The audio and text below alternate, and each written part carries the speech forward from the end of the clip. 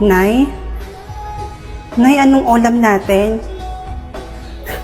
Aba, ang lakas naman yata ng loob mo maghanap ng ulam. Bakit? May ibinigay ka bang pera sa akin pambili ng ulam mo? Eh lahat nga ng ipon mo sa pagpapagamot mo lang napunta. Dahil sa katangahan mo. Alam mo kung hindi ka lang naman nagpakatanga at nagpakasagasa? Eh di sana ang ganda ng buhay natin ngayon. Kaya mag-ulam ka ng asin.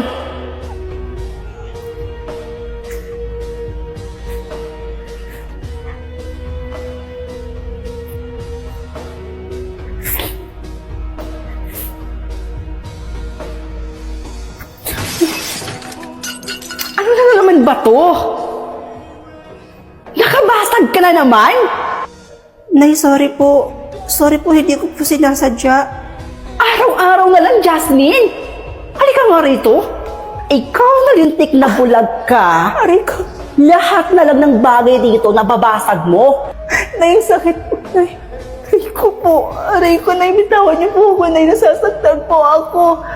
Wala ka na ng pakinabang, perwiso ka pa at pabigat ka pang hayop ka.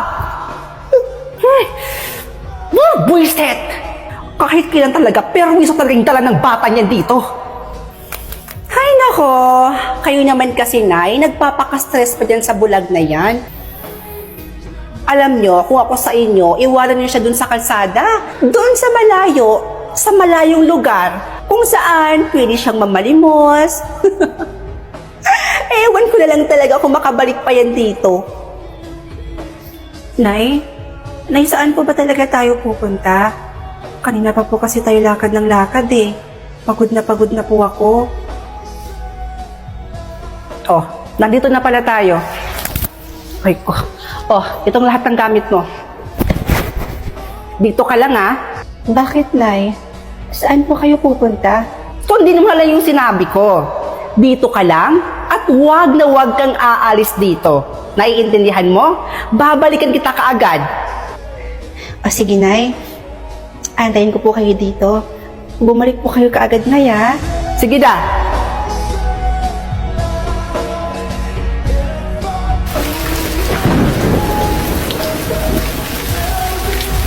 Nay? Nay, nasaan na po ba kayo?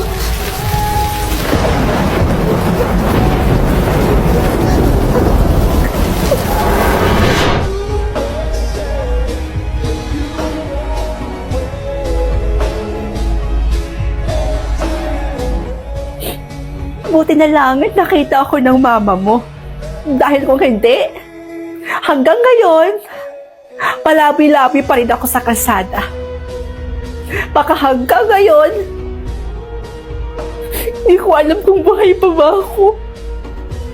Tapos yung pamilya ko, habang wala ako, namumuhay sila ng payapa, masaya, habang ako nagdudusa. Kaya kung hinihiling mong patawarin ko sila, hindi ko yun gagawin. Mas gugustuhin ko pang manirahan ako ulit sa kalsada or mas gugustuhin ko pang mabulag kaysa patawarin pa sila. Hindi ko yun sila mapapatawad kahit kailan.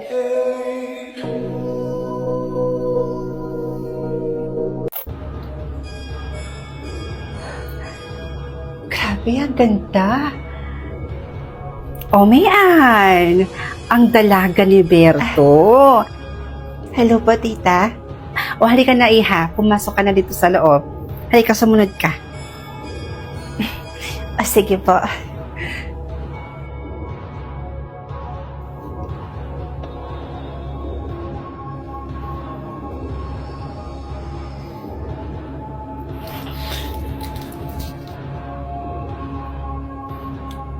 Tita, wala naman pong multo dito, di ba?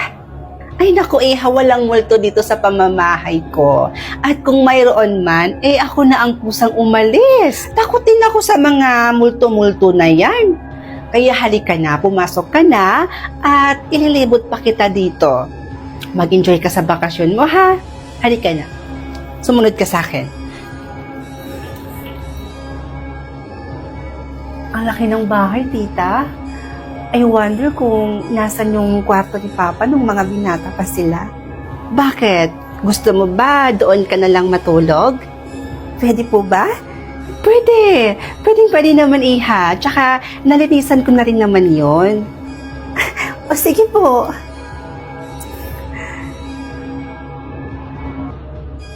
O, halika na.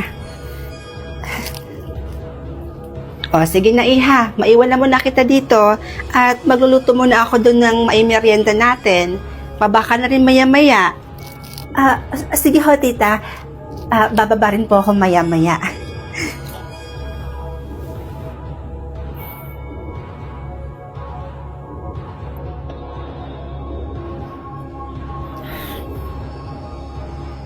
Nakikita mo ko?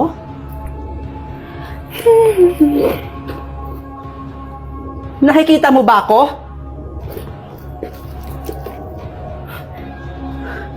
Ayaw mo palang sumagot, ah. Ano ba? Sinasabi ko na nga ba at nakikita mo ko? Anong ginagawa mo dito sa bahay ng tita ko? Alam mo, kung hindi ka matahimik, maghanap ka ng taong makakatulong sa'yo. At hindi ako yun. Hi, tita. Good morning.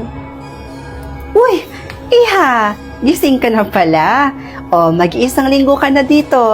Kamusta naman ang stay mo? Hay naku, tita. Kung ako yung tatanungin mo, talagang na-enjoy ko talaga yung bakasyon ko dito sa mismong bahay ninyo, tita. Hindi po ba kayo nalulungkot na kayo lang mag-isang naninirahan dito sa ganitong kalaking family house? Hay nako, Iha. Hindi mo lang alam. Lahat kaming magkakapatid ay nag-aagawan dito sa bahay na to. Inaaway nila ako ng sobra-sobra para lang makuha to. Para sa akin naman, hanggat hindi ako namamatay, ay hindi ko ibibigay ito sa kanila. Ay naku, Iha, mabuti na lang yung papa mo at sobrang bait. Hindi na nakikipagtalo sa akin. Curious lang po ako. Nagkaanak po ba kayo? Oo, meron. Kaso yung anak ko na yun, wala na eh. Nalunod kasi siya.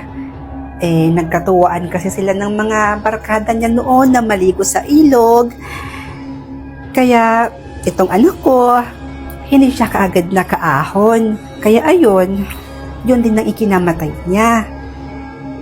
Tita, hindi ko po alam kung matutuwa po ba kayo o matatakot. May third eye po ako, tita. At nakikita ko po yung anak niyo ngayon. Lagi niya po kayong sinusundan. At kapag natutulog po kayo, palagi niya po kayong tinitingnan. At sa katunayan nga po, nasa tabi niyo po siya ngayon.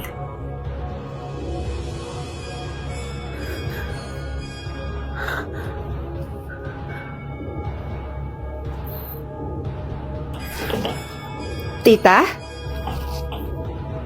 Tita, bakit may dala po kayong maleta? Saan po kayo pupunta? Di ba nasabi ko sa'yo noon na kapag may multo dito sa bahay na to, ako na ang kusang aalis? Kaya sige na, aalis na ako.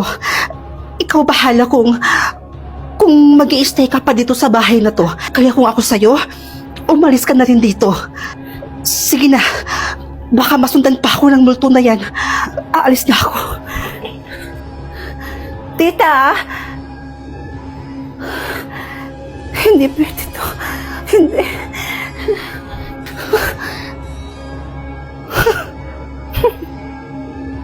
Kaya dali mo lang palang paalisin dito.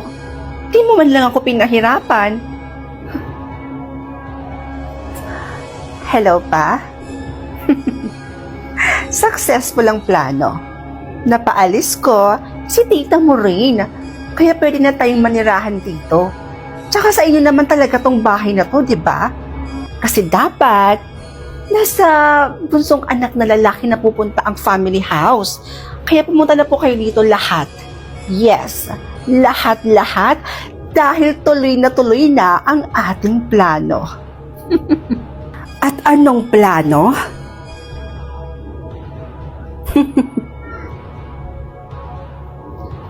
Sinasabi ko na nga ba? At isa ka rin sa mga nag-aasam ng bahay na ito.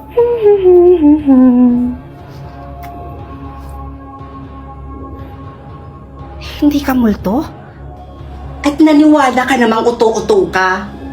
Alam mo, lahat ng mga kapatid ko ay nagsisipunta dito at gumagawa ng paraan para makuha lang ang bahay na to.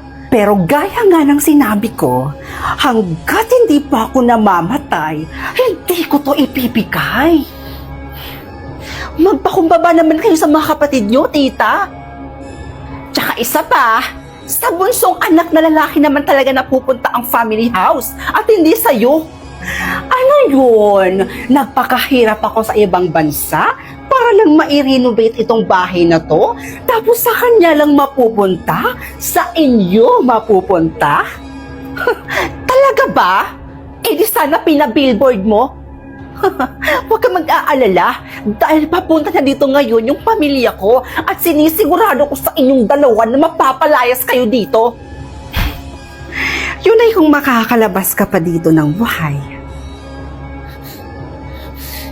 Anong gagawin niyo sa akin? Sige na, isako mo na yan.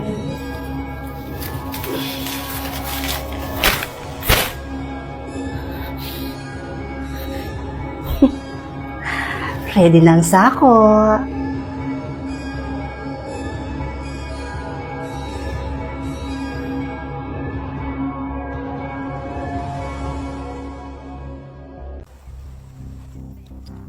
Ate, sigurado ka na ba dyan sa pinaplano mo?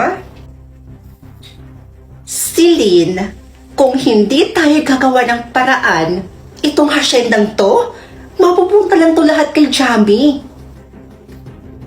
Natural, sa ating tatlo, siya lang naman talaga ata yung may karapatan dito sa hasyendang to. Tayong dalawa, ano to naman tayo sa labas, right? Yeah, and that's what I mean. Kaya kailangan talaga natin gumawa ng paraan para ang lahat ng to ay sa atin ipapamana. Sa bagay, you're right, ate.